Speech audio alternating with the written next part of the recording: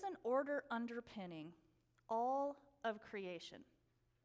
It's a natural intelligence, a coded design that allows life to organize, to grow, to beget more life. All non-human life forms demonstrate an innate built-in intelligence to be able to perform their role in the ecosystem, to be able to adapt to changing environment, to be able to create more of those life forms. Now, modern humans have largely disconnected from the rhythms of nature, but that doesn't mean that that same coding is not still within us. It is. We also have access to a level of order known as divine order. And this is the flow, the life architecture that we can put in place when we expand our awareness of oneness, our connection to the all that is, God, source, creator, whatever your word for that is. We can tap into divine order as we become more and more and more aware of ourselves, as Reverend Jane said in the prayer, that we're not just these bodies.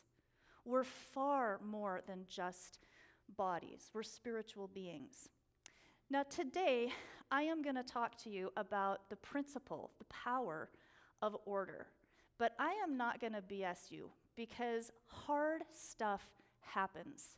I had a couple of people, when they saw that this was going to be the topic, emailed back and said, "Are you kidding me? Like, hard things really don't happen?" I'm like, "No, that's not what I'm going to stand up here and say." Really difficult stuff does happen. And I think, it's hard when we are in the mess and in the chaos necessarily to see the order or the potential for order. It's hard to feel divine order when your child dies. It's hard to feel divine order when your partner cheats on you, or when you come down, you get some horrific medical diagnosis. Those things happen. They're real, but there is always potential for greater order, even in the chaos. When we see what's going on in our world, what's happening to nature, the atrocities, the craziness of war, you can look out on that and say, where is the order in that? Where is the divinity in it? It's a challenging time. In New Thought, I'm going to take on another little challenge here. One of the tools and challenges of New Thought, of which unity is one branch, one aspect, is this notion of personal responsibility. The underpinning of New Thought is that our thoughts matter and that we create our experience through our thinking. This comes with a lot of empowerment. We have the tools, we have the capacity to design our experience of life.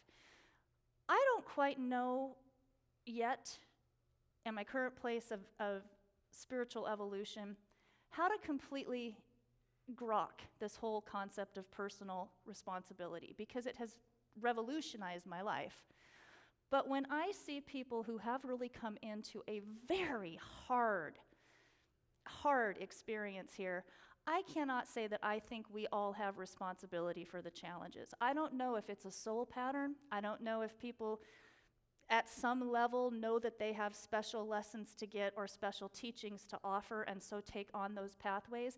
And I don't believe that people who are really struggling necessarily have more faulty thinking than anyone else. So I just really want to put that out there. I think it's a fine balance point in New Thought between taking personal responsibility and not starting to fall into self-blame when things aren't going so well in our lives, or when we just can't quite get some challenge to let go of us.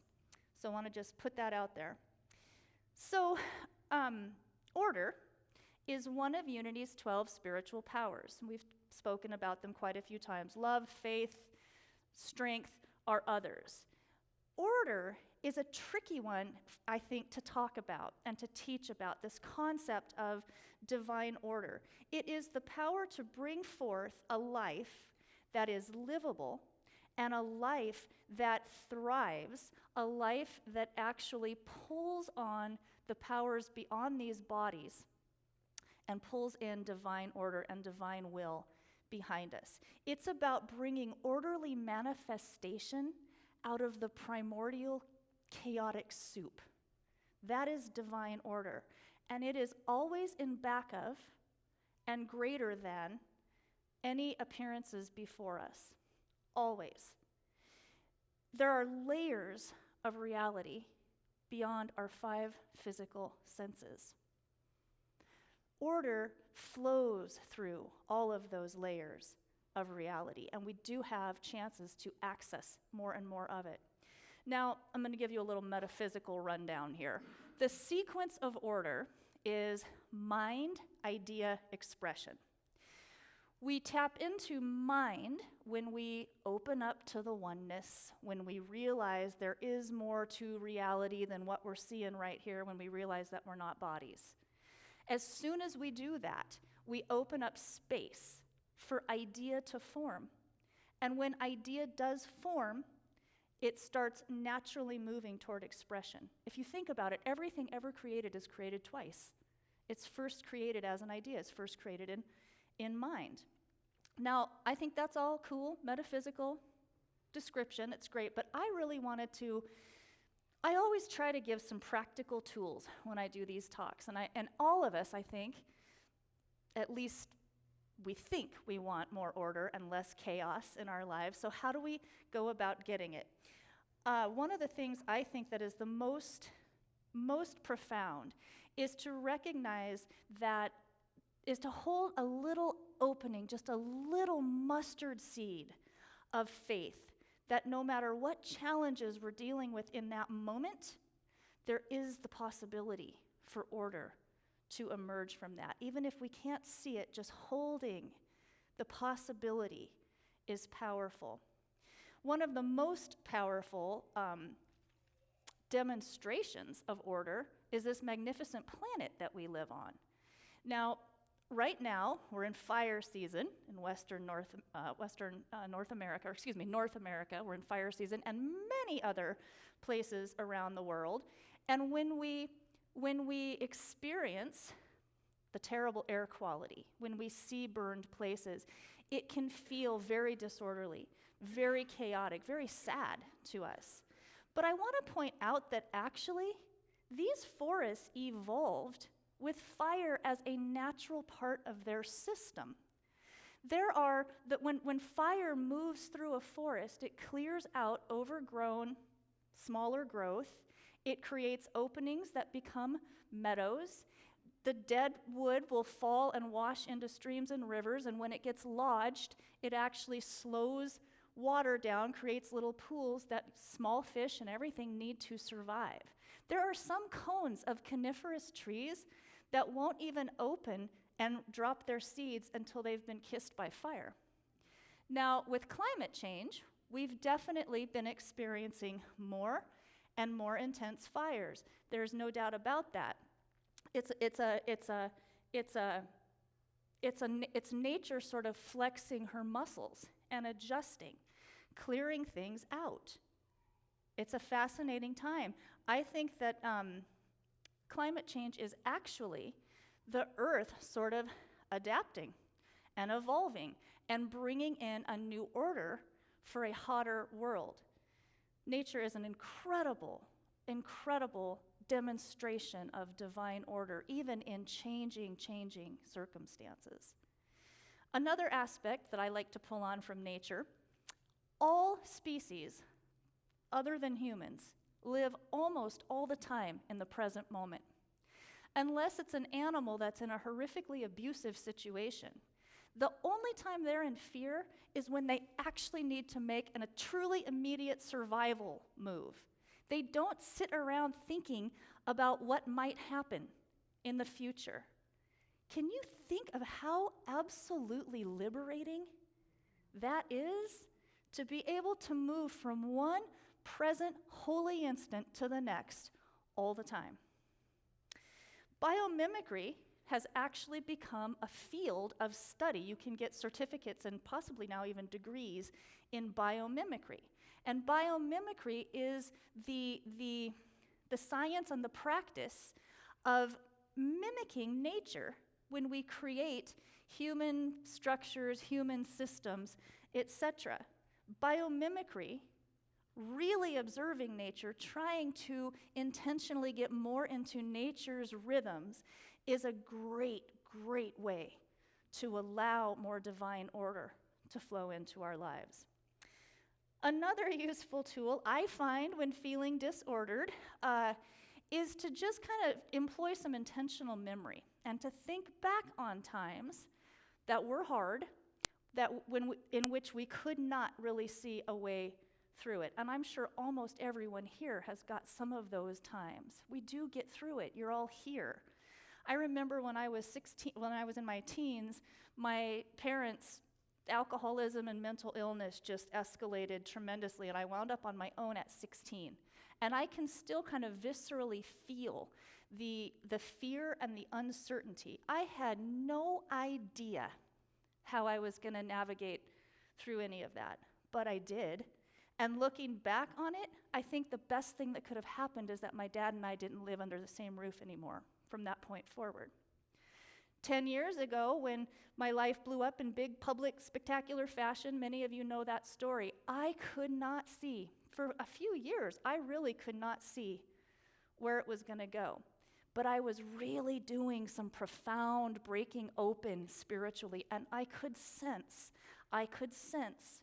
there was some new order coming through it. And sure enough, I made it through. I'm here. I am genuinely happier. I have a richer life going than I did before. I've said before, I used to call it the big ordeal, and I now call it the big initiation.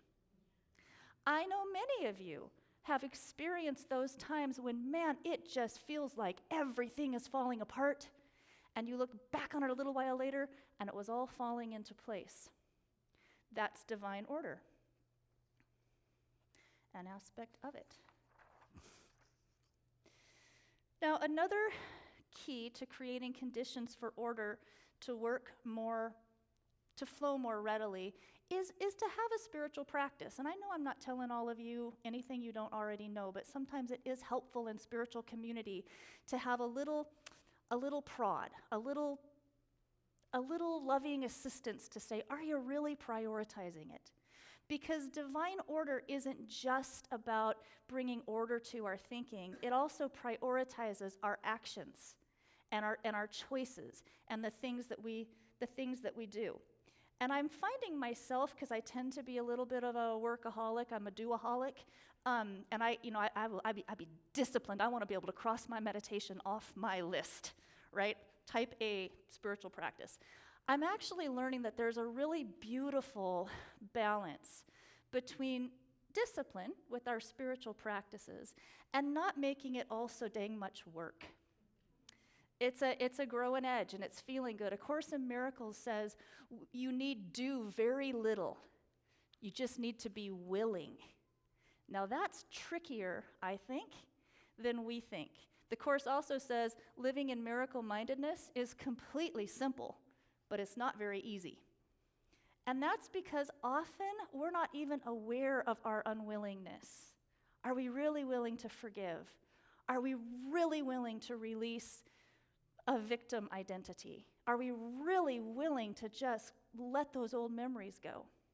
That's the genuine willingness that opens up space for order. So often, I think when we have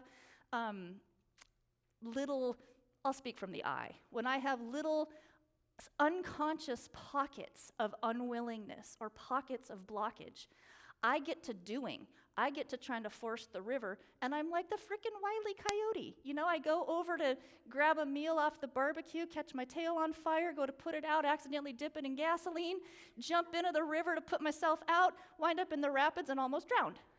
You know, that's how we often do when we're in chaos and we're trying to force the river and not allowing the wisdom, the divine order and wisdom to move through us. I now in prayer, I've shared with you all before, moving past duality, moving past the notion of a God out there, it has been my biggest spiritual growing edge my entire life. And one of the ways that I'm really enjoying working with right now is I think of the big HS, Holy Spirit / highest self. That's the same thing in my mind. And so I'll just literally now regularly in prayer, big HS, whatever unconscious blockage I'm dealing with here, whatever unconscious littleness is helping create this thing in my life that I don't like, I'm just offering it up for release and for spiritual cleansing. I don't need to dissect it. I don't need to do any more therapy. I just want it to be released. I talk to big HS and let it handle the rest. I like to think of it now that the balance between doing what we can in the material realm, doing what we can, making practical, smart decisions and getting off the remote control and taking some action, and also staying open to the truth, the universe that is beyond what we can see right in front of us. That's like a handshake. That's a handshake with the universe. That's saying, okay, I'm going to order my affairs as best I can, and I'm going to stay wide open for the all that is to do the heavy lifting with me. Now, one final tool in this piece that I want to share with you, it's a quirky little thing that I kind of tripped upon, but I am finding it so personally useful. One of the classes that you're required to take going through ministerial school is a prosperity class. And I really loved my prosperity class, and I loved the teacher who taught it. And she had us do an exercise called a success journal. It's just a little journal, and anytime any kind of prosperity demonstrated, you'd write it down. You find a quarter on the grocery store floor, you write it down, whatever. You get a little lottery ticket, whatever it is, whatever, the little things. I have evolved that, though, into a blessings journal. And I'll include things like, wow, I got an extra half hour of agility practice this week because so-and-so went out of town. Or, wow, my little backyard is so amazing. I love being able to have the flexibility to work from home and to work here. Whatever little blessings. And this is especially useful to me when I am in a challenging situation, because the fact that I'm just going to try to put a few things in the blessing journal means I'm looking for those things.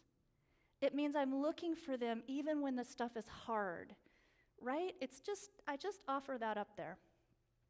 And I'm sure you've all heard the statement that when we change our mind, we change our lives.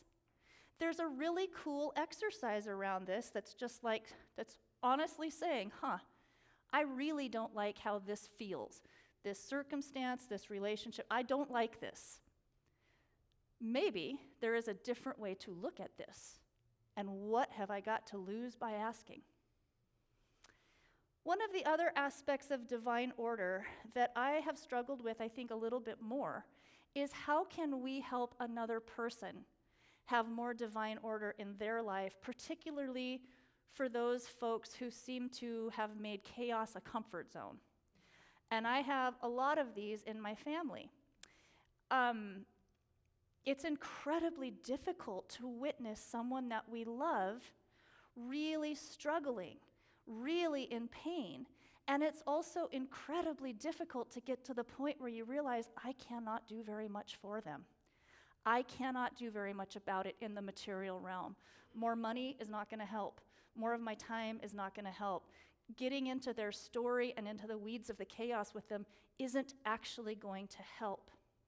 Now, one of my dearest loved ones is a young man, a relative, who came in to a really difficult life situation. There's just no question. And I have supported him in just about every way you can think of. And he's had some big successes, and he's also had real difficulty releasing some old ways of going about life. And in the last couple of years, he has created life circumstances that make it very, very hard to help him. And a little over a year ago, he just completely ghosted. He just disappeared. No communication with me, with John, with at all. And I only still partially understand why. But I knew I had to let it go. I knew I had to either let him make his own way or his own mess. And there have been significant amount of the latter. But every once in a while, as he was disappeared, I learned this concept that a form of grace, and grace is an element of divine order, A form of grace is actually holding the possibility, intentionally visualizing another person doing well, above their appearances, above even some of the bad choices they might be making. That's a form of grace, and I've been doing that consistently for this young man. I would also every once in a while just send him a text saying, want you to know I love you, I'm still here, didn't hear back. Eventually I did, and I knew that was gonna happen too. Eventually I did, and he and I are now communicating a little bit again. And the other day we were visiting, and he was in an emotionally low place, and just exhausted by the chaos. And I said, you know, bud, I said, I have been holding you in affirmative prayer and vibes for peace and for security every single day. And he kind of got teary, I don't want to get teary, and he said, I know you have, I could feel it, and it helped keep me going. Sometime the best thing that we can do to help another person bring more order into their life, it is work in the fourth dimension, right? It is just focusing that intention. It is why we do affirmative prayer here in Unity.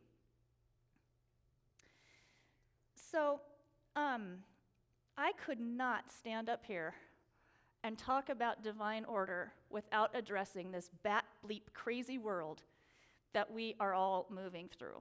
I mean, we are here in a challenging time. And I have to question, why is it that humankind, allegedly the highest life form, has so much difficulty bringing harmony into our relationships, into our affairs, when all the non-human animals and plants and whatnot, they just kind of go along, flowing and doing their thing. Humans have created systems, and we've created civilizations to try to bring order. But we've been doing it from a consciousness of separation. Humans got to the point where our technological ingenuity really outstripped our wisdom. And with that, we have released mad genies of climate change, industrial and plastic pollution, nuclear weapons, and now artificial intelligence. All of which bring more chaos into this world. We have been functioning collectively in a dream state, an illusion of separation from one another, from source, creator, creation, from all that is. And so coming from that consciousness of separation, a lot of our creations have actually been miscreations. And a civilization or system that is riddled with miscreation really opens the door for fear and anxiety. And this is what we're experiencing right now collectively. I love to talk about the fact that we are here, each and every one of us, I believe, for a reason in this challenging time. We are here in a precious and precarious, evolutionary or devolutionary moment. And people who are intentional with raising consciousness, we have a special role to play. There's a term that I love called chaord, C-H-A-O-R-D. And it's the concept of pockets of order rising out of chaos. This is happening all over this planet right now. Millions and millions of people, more than ever before, are questioning the status quo systems, are questioning norms that may be normal, but don't seem to make a lot of sense. This is happening on a scale that history has never, ever experienced before. These are chaotic times. We also know now, beyond just the mystics and the shamans and whatnot, we know that there is truth to this whole quantum realm, right? There are levels of reality beyond what our five senses pick up. We now know this scientifically. It aligns with what ancient wisdom has said for such a long time. A growing edge for me that do you guys ever have, again, speaking from the eye, as we're going along on our spiritual maturation process, do you ever have this get to a place where it's like, I can almost get that. I can feel that I'm moving toward an understanding there. This is what this one feels like for me. Because at the level of quantum, this is scientifically proven, nothing ever actually completely disappears. It transfers, right? An idea in divine mind, which is what all of this is, never actually ceases to exist. It is always there. That little soul that didn't quite make it to a viable birth still exists. That being that just had too hard a time dealing with this human experience, they exist. All the animals that we have used and killed exist in the whole creative web. The vast landscapes pre-human damage of forest and grassland and wetland and the myriad incredible creatures, they still exist in the overall field of creation. They exist in divine pattern. That's a powerful thing to sit with.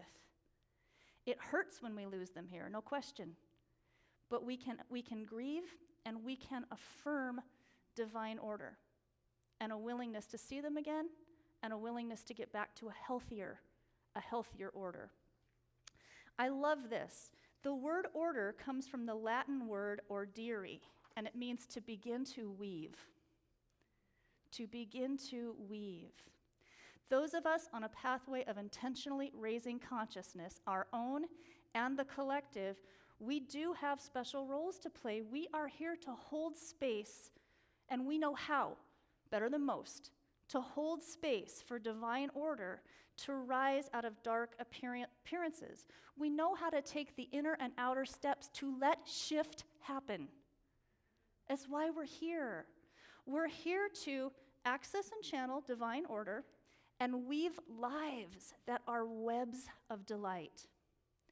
We're here to help mend the fabric of creation, to weave oneness consciousness.